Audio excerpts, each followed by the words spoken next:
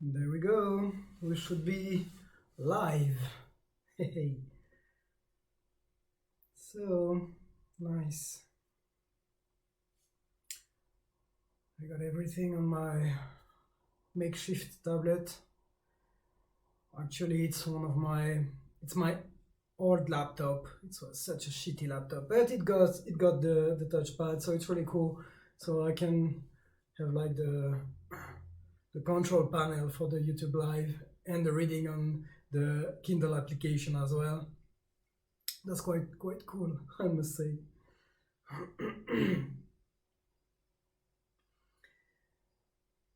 Yeah, I don't think I'm gonna wait for more people to come. I'm gonna start right away because I do this shit for myself first. So if you're listening to this, welcome.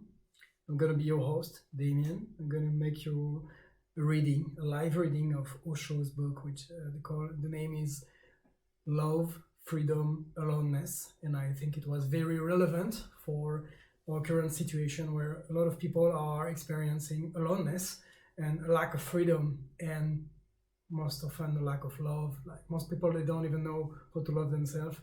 And this is a book I've been reading a few years ago, like many years ago actually, and I really enjoyed it. It really spoke to me very deeply, and I don't even know why and how it came to me to read it again on the Kindle application. And yeah, it just strikes me. Say this is a book I should share. I should share the. It's beautiful. It's relevant. So I want to share. It's not like I could have spent this time watching a show on Netflix. You could have as well watch your time on Netflix or maybe on a computer video game or whatever. But yeah, I would like to have the experiment of having like meditative reading, because there may be claims from Osho which we may or we may not agree, and that's okay. My goal is I'm gonna do a pure reading. I'm not going to comment. I will try to do my best not to overreact on whatever I may relate so deeply, or maybe the opposite. Maybe I would change my mind since those years. So without further ado, I invite you into this meditative reading. I once again thank you very much for being here.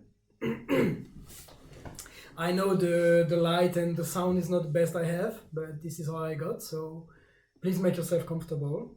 Grab yourself a nice cup of tea, and let's start the reading. Love, freedom, and aloneness. The koan of relationships.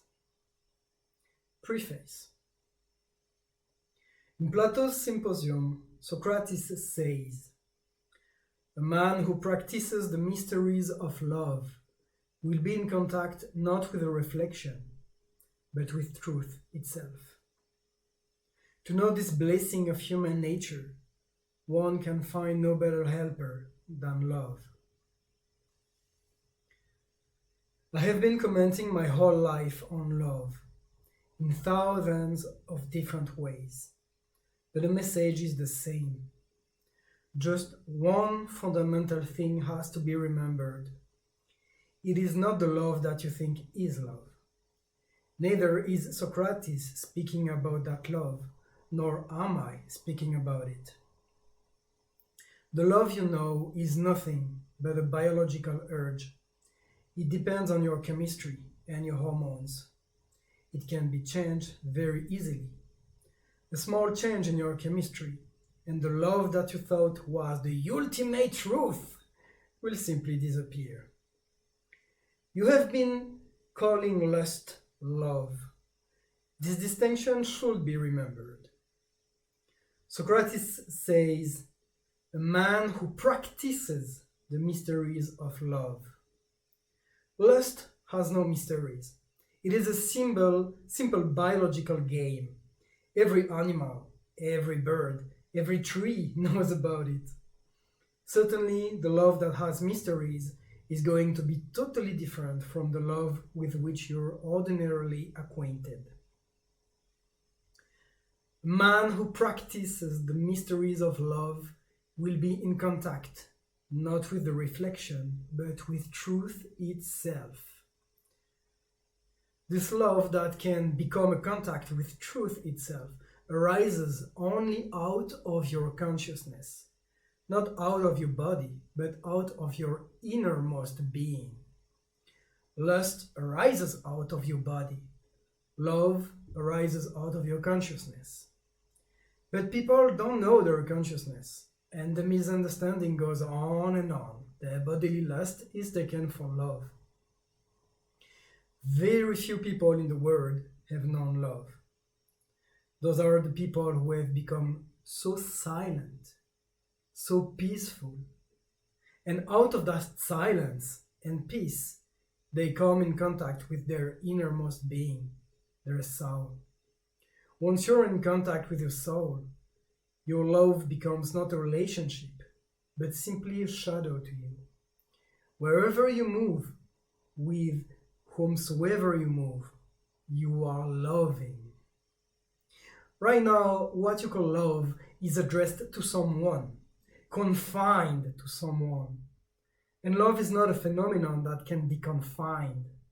You can have it in your open hands, but you cannot have it in your fists. The moment your hands are closed, they're empty. The moment they're open, the whole of existence is available to you. Socrates is right.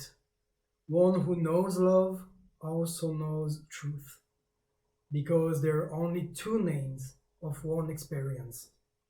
And if you have not known the truth, remember that you have not known love either.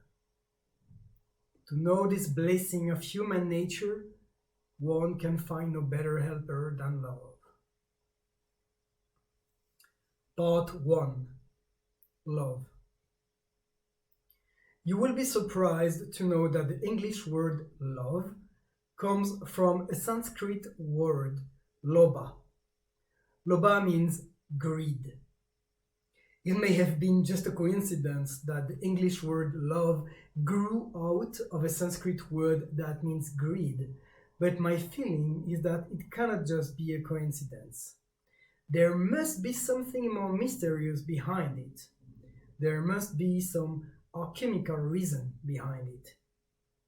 In fact, greed digested becomes love. It is greed, lobha, digested well, which becomes love. Love is sharing. Greed is hoarding. Greed is only wants and never gives. And love knows only giving and never asks for anything in return. It is unconditional sharing.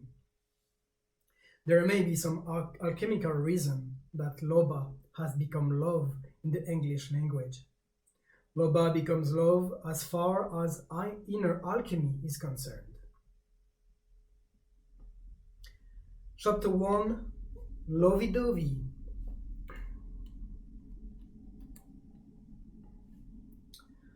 Love is not what is ordinarily understood by the word. The ordinary love is just a masquerade. Something else is hiding behind it. The real love is a totally different phenomenon.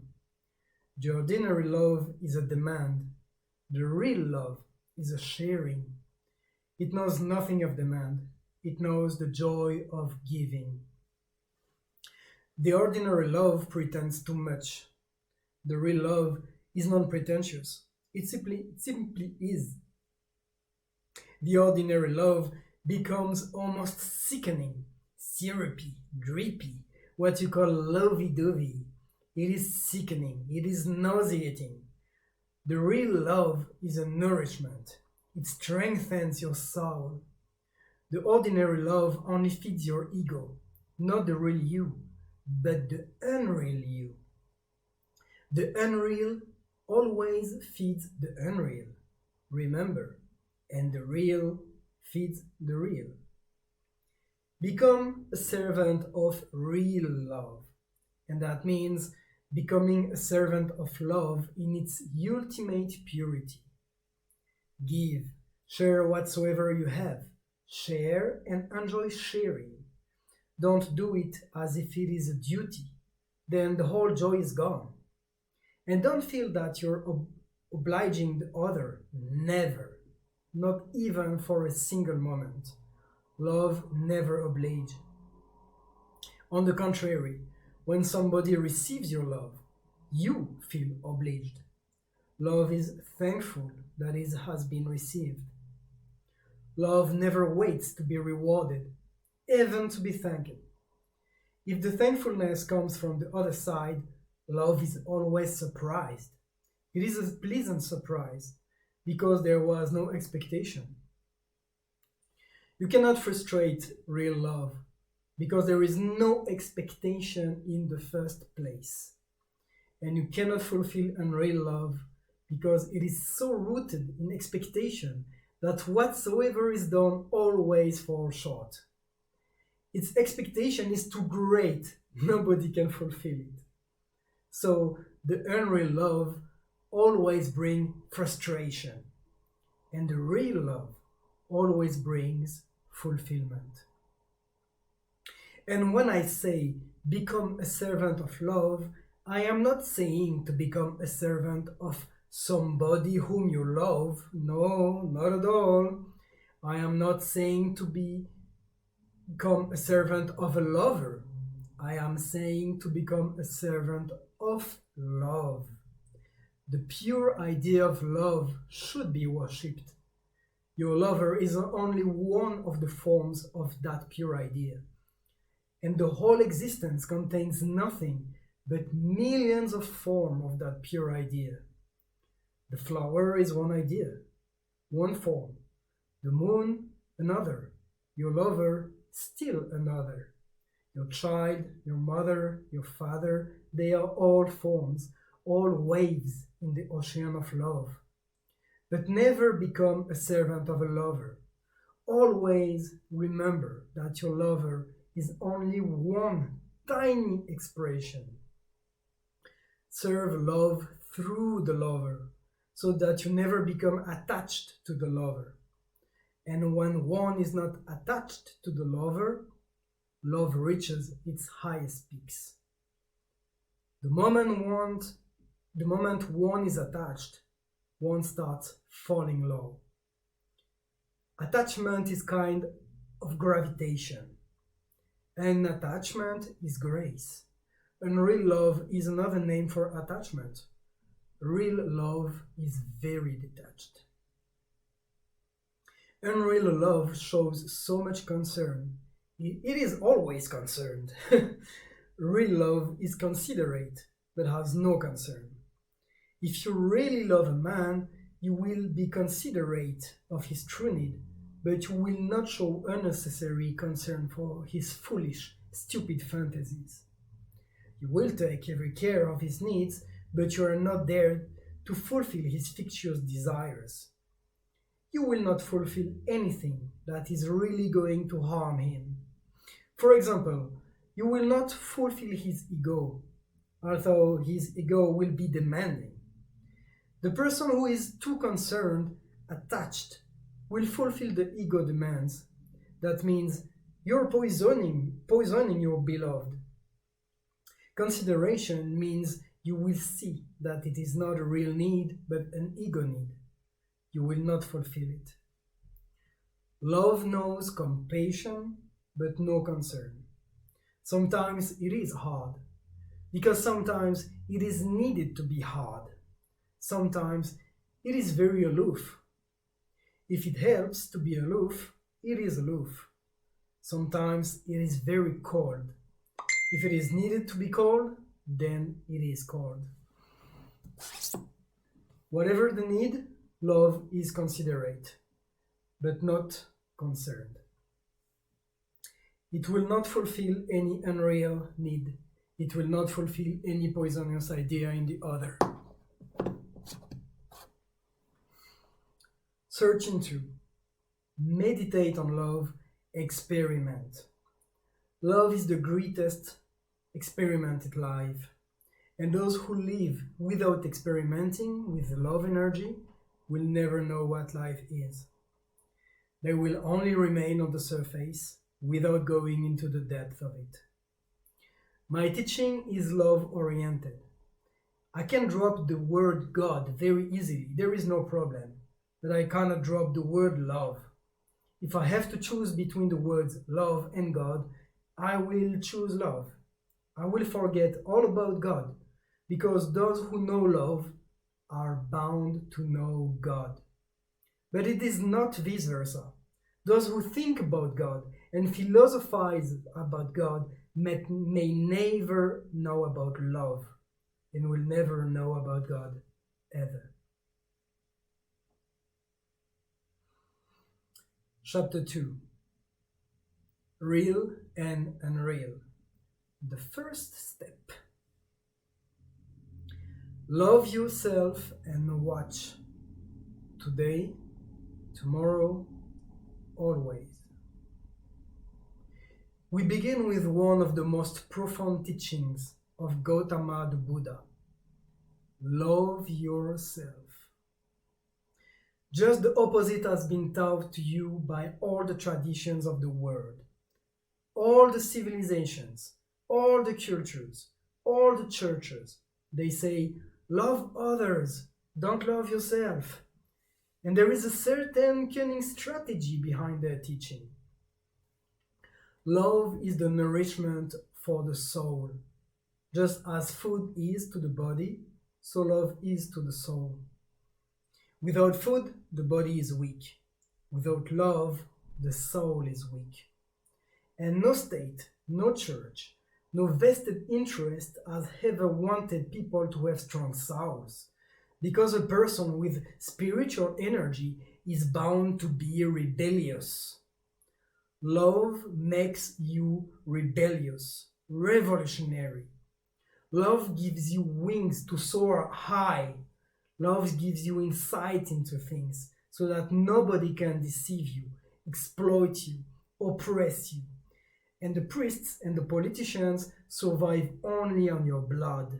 They survive only on exploitation. All the priests and politicians are parasites. To make you spiritually weak, they have found a sure method, 100% guaranteed, and that is to teach you not to love yourself. Because if a man cannot love himself, he cannot love anybody else either. The teaching is very tricky. They say, love others, because they know that if you cannot love yourself, you cannot love at all. But it go on saying, love others, love humanity, love God, love nature, love your wife, your husband, your children, your parents. But don't love yourself, because to love oneself is selfish according to them. They condemn self-love as they condemn nothing else. And they have made their teaching look very logical. They say, if you love yourself, you will become an egoist. If you love yourself, you will become narcissistic. It is not true. A man who loves himself finds that there is no ego in him. It is by loving others without loving yourself, trying to love others, that the ego arises. The missionaries, the social reformers, the social servants have the greatest egos in the world. Naturally, because they think themselves to be superior human beings.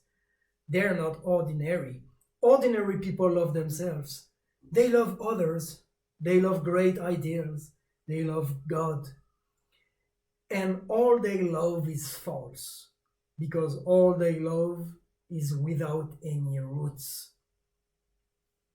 A man who loves himself takes the first step toward real love. It is like throwing a pebble in a silent lake. The first circular ripples will arise around the pebble, very close to the pebble, naturally. Where else can they arise? And then they will go on spreading. They will reach the farthest shore. If you stop those ripples arising close to the pebble, there will be no other ripples at all. then you cannot hope to create ripples reaching to the farthest shores. It is impossible. And the priests and the politicians became aware of the phenomenon. Stop people loving themselves, and you have destroyed their capacity to love. Now, whatsoever they think is love will be only pseudo. It may be duty, but not love. And duty is a four-letter dirty word. Parents are fulfilling their duties toward their children, and in return, children will fulfill their duties toward their parent. The wife is dutiful towards her husband, and the husband is dutiful toward his wife. Where is love? Love knows nothing of duty. Duty is a burden, a formality. Love is a joy, a sharing. Love is informal. The lover never feels that he has done enough. The lover always feels that more was possible. The lover never feels, I have obliged the other. On the contrary, he feels, because my love has been received, I am obliged. The other has obliged me by receiving my gift, by not rejecting it. The man of duty thinks, I am higher, spiritual, extraordinary. Look how I serve people. The servants of the people are the most pseudo people in the world, and the most mischievous too. If we can get rid of the public servants, humanity will be unburdened. We'll feel very light. We'll be able to dance again, sing again. But for centuries your roots have been cut, poisoned. You have been made afraid of ever being in love with yourself, which is the first step of love and the first experience. The man who loves himself respects himself. And a man who loves and respects himself respects others too, because he knows, just as I am, so are others.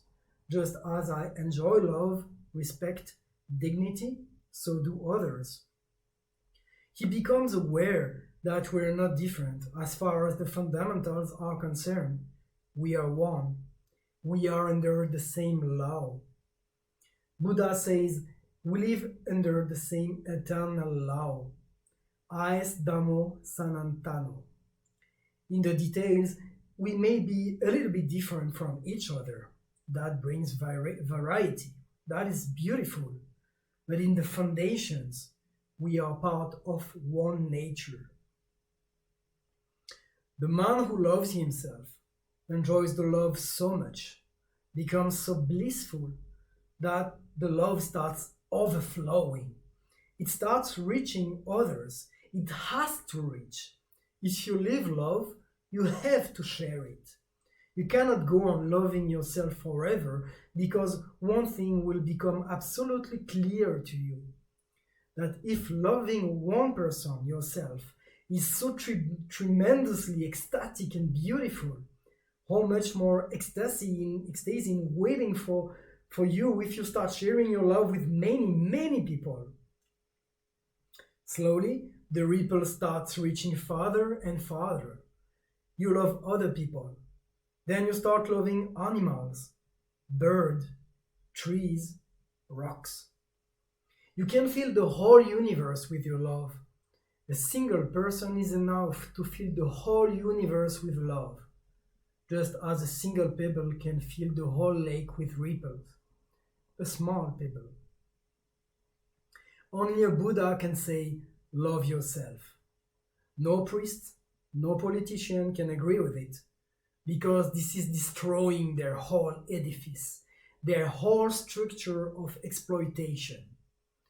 If a man is not allowed to love himself, his spirit, his soul becomes weaker and weaker every day.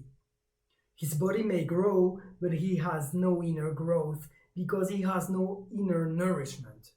He remains a body, almost without a soul, or with only a potentiality, a possibility of a soul. The soul remains a seed, and it will remain a seed if you cannot find the right soil of love for it. and you will not find it if you follow the stupid idea, don't love yourself. I also teach you to love yourself first. It has nothing to do with ego. In fact, love is such a light that the darkness of the ego cannot exist in it at all. If you love others, if your love is focused on others, you will live in darkness. Turn your light toward yourself first. Become a light unto yourself first. Let the light dispel your inner darkness, your inner weakness. Let love make you a tremendous power, a spiritual force. And once your soul is powerful, you know you're not going to die. You are immortal. You are eternal. Love gives you the first insight into eternity. Love is the only experience that transcends time. That's why lovers are not afraid of death. Love knows no death. A single moment of love is more than a whole eternity. But love has to begin with the very beginning. Love has to start with this first step. Love yourself. Don't condemn yourself. You have been condemned so much, and you have accepted all that condemnation. Now you go on doing harm to yourself. Nobody thinks himself worthy enough. Nobody thinks himself a beautiful creation of God. Nobody thinks that he is needed at all. These are poisonous ideas. But you have been poisoned. You have been poisoned with your mother's milk, and this has been your whole past. Humanity has lived under a dark, dark cloud of self-condemnation. If you condemn yourself, how can you grow? How can you ever become mature?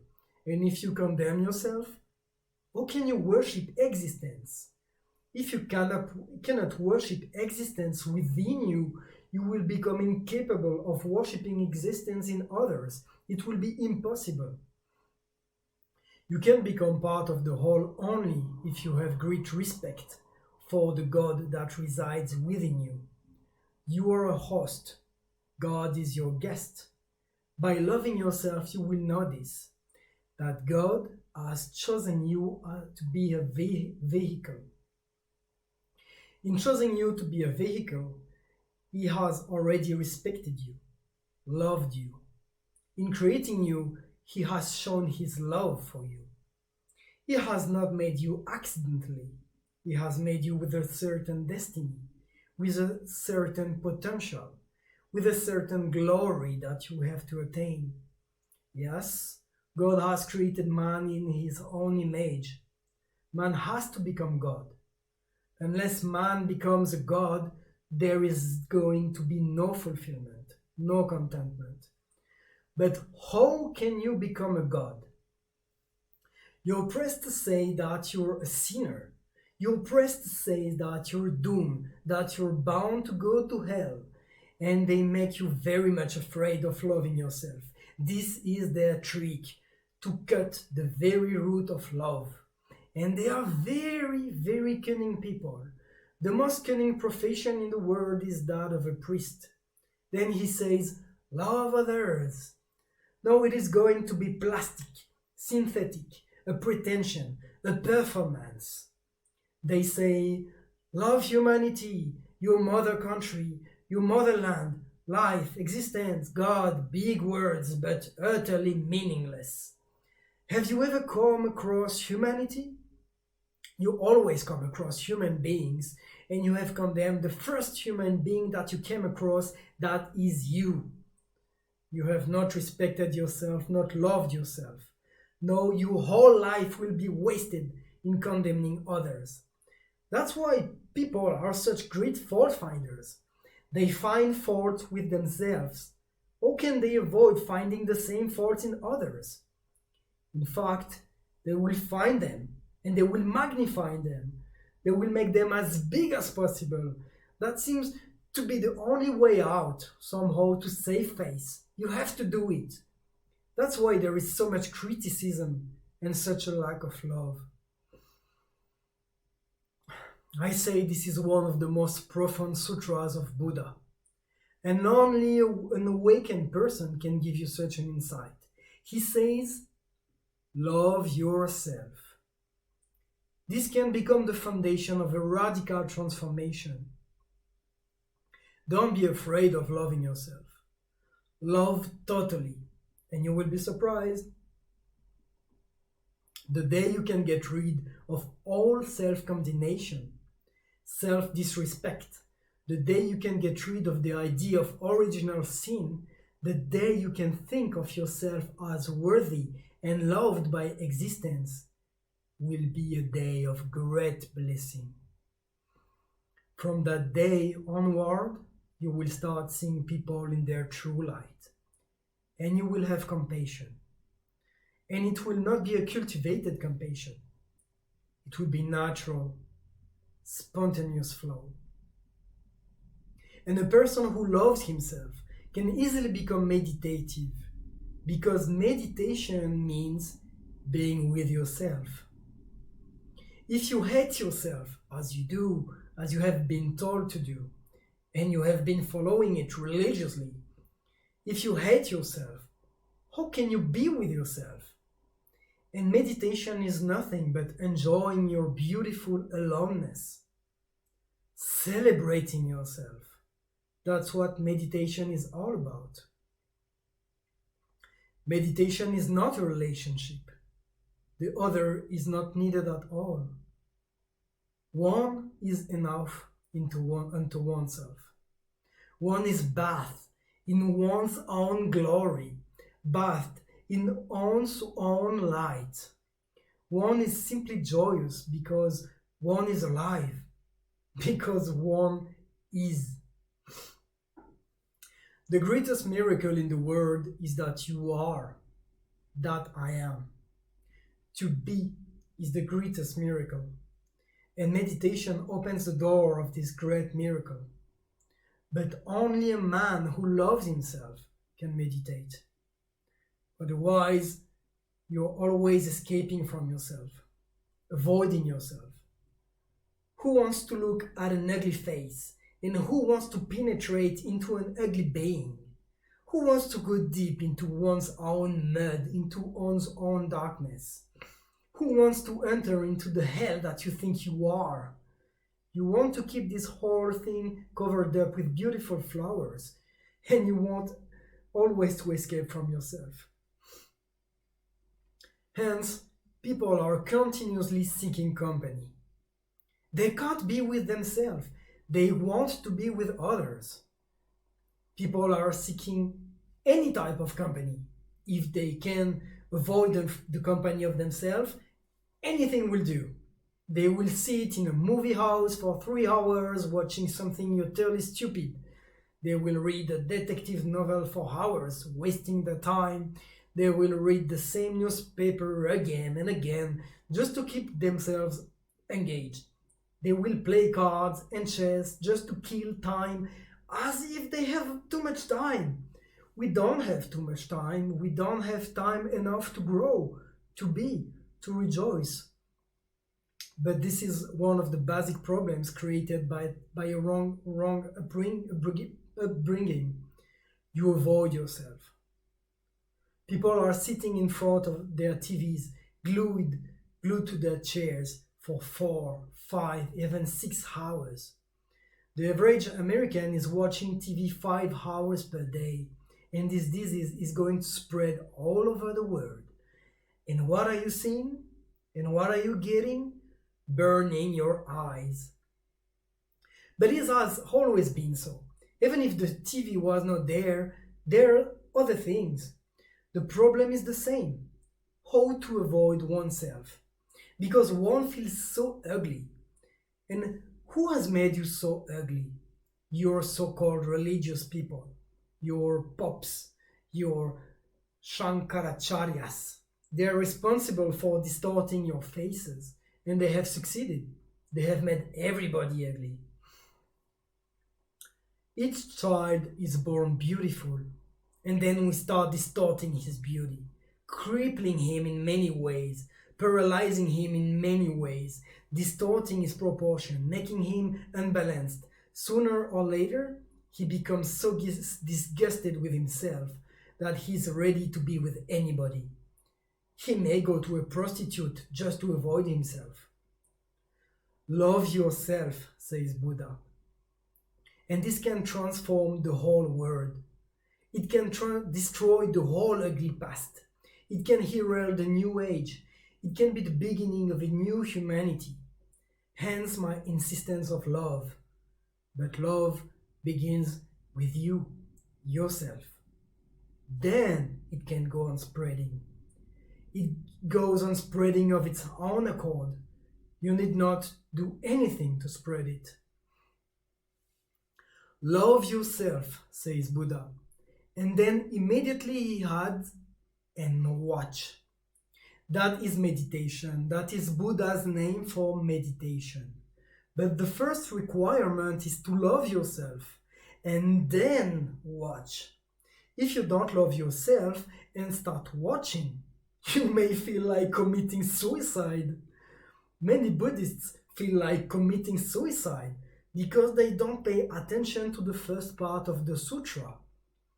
They immediately jump to the second, watch yourself.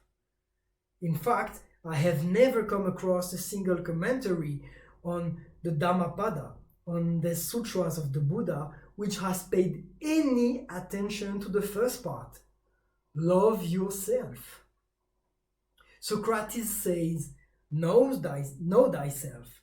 Buddha says, love thyself. And Buddha is far more true, because unless you love yourself, you will never know yourself.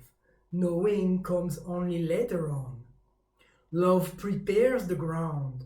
Love is the possibility of knowing oneself. Love is the right way to know oneself. I was staying once with a Buddhist monk, Jagdish Kashyap. He is now dead. He was a good man. We were talking about the Dhammapada, and we came across this sutra. And he started talking about watching, as if he had not read the first part at all. No traditional Buddhist ever pays any attention to the first part. He simply bypasses it. I said to Bhikshu Jagdish Kashyap, wait, you are overlooking something very essential. Watching is the second step, and you are making it the first step. It cannot be the first step. Then he read the sutra again, and he said with mystified eyes, I have been reading the Dhammapada my whole life, and I must have read this sutra millions of times. It is my everyday morning prayer to go through the Dhammapada. I can repeat it simply from memory, but I have never thought that love yourself is the first part of meditation and watching is the second part. And this is the case with millions of Buddhists all over the world. And this is the case with neo-Buddhists also, because in the West, Buddhism is now spreading. The time for Buddha has come in the West. Now the West is ready to understand Buddha. And the same mistake is being made there too. Nobody thinks that loving yourself has to be the foundation of knowing yourself, of watching yourself. Because unless you love yourself, you cannot face yourself. You will avoid. Your watching may itself be a way of avoiding yourself. First, love yourself and watch.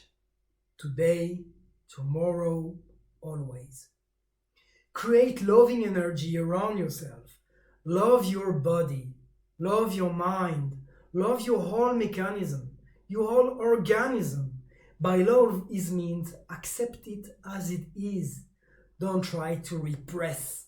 We repress only when we hate something.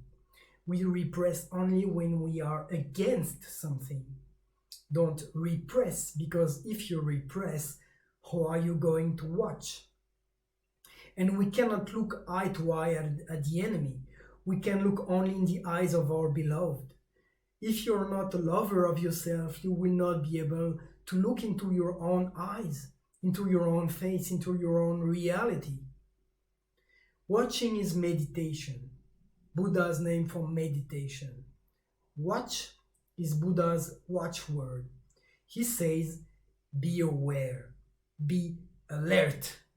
Don't be unconscious. Don't behave in a sleepy way. Don't go on functioning like a machine, like a robot. That's how people are functioning. Mike had just moved into his apartment and decided he should get acquainted with his across-the-hall neighbor. When the door was opened, he was delightfully surprised to see a beautiful young blonde burgeoning out of a skimpy see-through negligee. Mike looked her squarely in the eye and ad-libbed, "Hi, I am your new sugar across the hall. Can I borrow a cup of neighbor?" People are living unconsciously. They are not aware of what they are saying, what they are doing. They are not watchful. People go on guessing, not seeing. They don't have any insight. They can't have. Insight arises only through great watchfulness. Then you can see, even with closed eyes. Right now, you can't see, even with open eyes. You guess, you infer, you impose, you project. Grace lay on the psychiatrist's couch. "Close your eyes and relax," said the shrink, "and I will try an experiment." He took a leather key case from his pocket, flipped it open, and shook the keys. "What did that sound remind you of?" he asked. "Sex," she whispered. Then he closed his key case and stood and touched it to the girl's upturned palm. Her body stiffened. "And that?" asked the psychiatrist.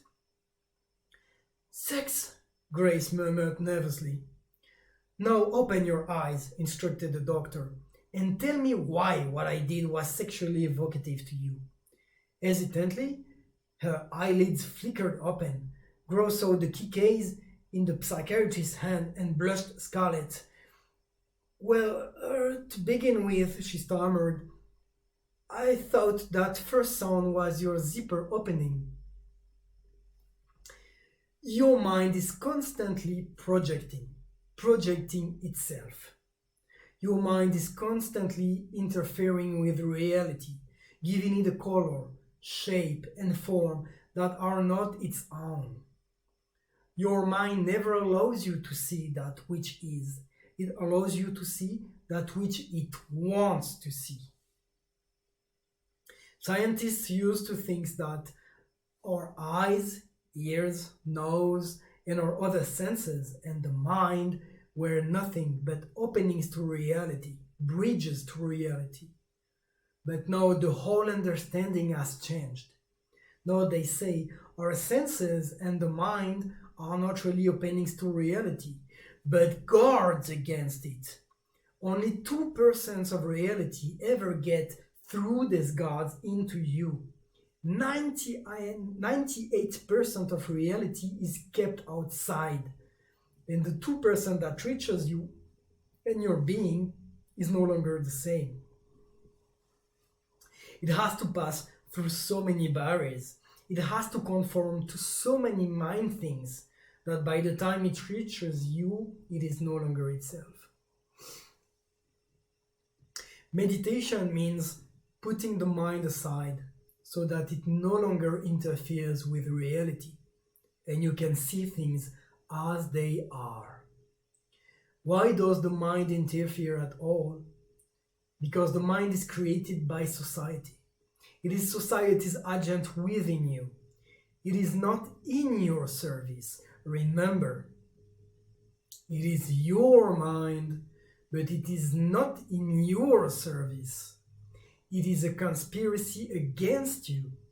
it has been conditioned by society. Society has implanted many things in it. It is your mind, but it no longer functions as a servant to you. It functions as a servant to society. If you are a Christian, then it functions as an agent of the Christian church. If you're a Hindu, then your mind is Hindu. If you're Buddhist, your mind is Buddhist. And reality is neither Christian or Hindu nor Buddhist. Reality is simply as it is. You have put these minds aside. The communist mind, the fascist mind, the Catholic mind, the Protestant mind. There are 3,000 religions on the earth. Big religions and small religions and very small sects and sects within sects. 3,000 in all. So there exist 3,000 minds, types of mind, and reality in one. And existence in one, and truth is one. Meditation means put the mind aside and watch. The first step, love yourself, will help you tremendously. By loving yourself, you will have destroyed much that society has implanted within you. You will have become freer from the society and its conditioning. And the second step is watch. Just watch. Buddha does not say what has to be watched. Everything. Walking, watch your walking. Eating, watch your eating. Taking a shower, watch the water. The cold water falling on you, the touch of the water, the coldness, the shiver that goes through your spines. Watch everything. Today, tomorrow, always. The moment finally comes when you can watch even when you sleep. That is the ultimate in watching. The body goes to sleep and there is still a watcher awake, silently watching the body fast asleep. That is the ultimate watching in watching. Right now, just the opposite is the case. Your body is awake, but you are asleep. Then you will be awake and your body will be asleep. The body needs rest, but your consciousness needs no sleep. Your consciousness is consciousness. It is alertness. That is its very nature.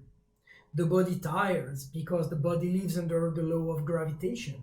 It is gravitation that makes you tired. That's why running fast, you will be tired soon. Going upstairs, you will be tired soon.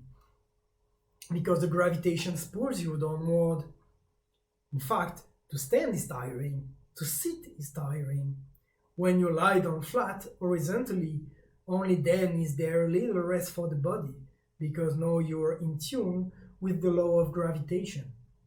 When you're standing vertical, you're going against the law. Your blood is going toward the head, against the law. The heart has to pump hard. But consciousness does not function under the law of gravitation. Hence, it never gets tired.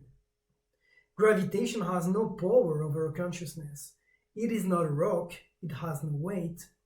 It functions under a totally different law, the law of grace, or as it is known in the East, the law of levitation. Gravitation means pulling downward, levitation means pulling upward. The body is continuously being pulled downward. That's why, finally, it will have to lie down in the grave. That will be the real rest for it, dust unto dust. The body has returned back to its source. The turmoil has ceased. Now there is no conflict. The atoms of your body will have the real rest only in the grave. The soul soars higher and higher. As you become more watchful, you start having wings. Then the whole sky is yours. Man is a meeting of the earth and of the sky, of body and soul.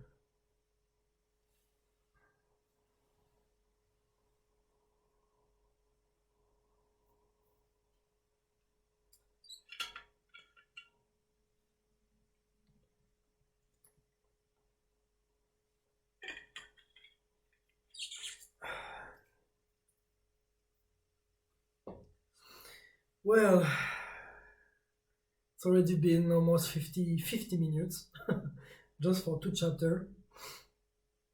So and my voice start, I can feel it a little bit. I guess I will stop right there and I will do 1 chapter maybe once a week. I don't know. I will see how it went, if you liked it or not. And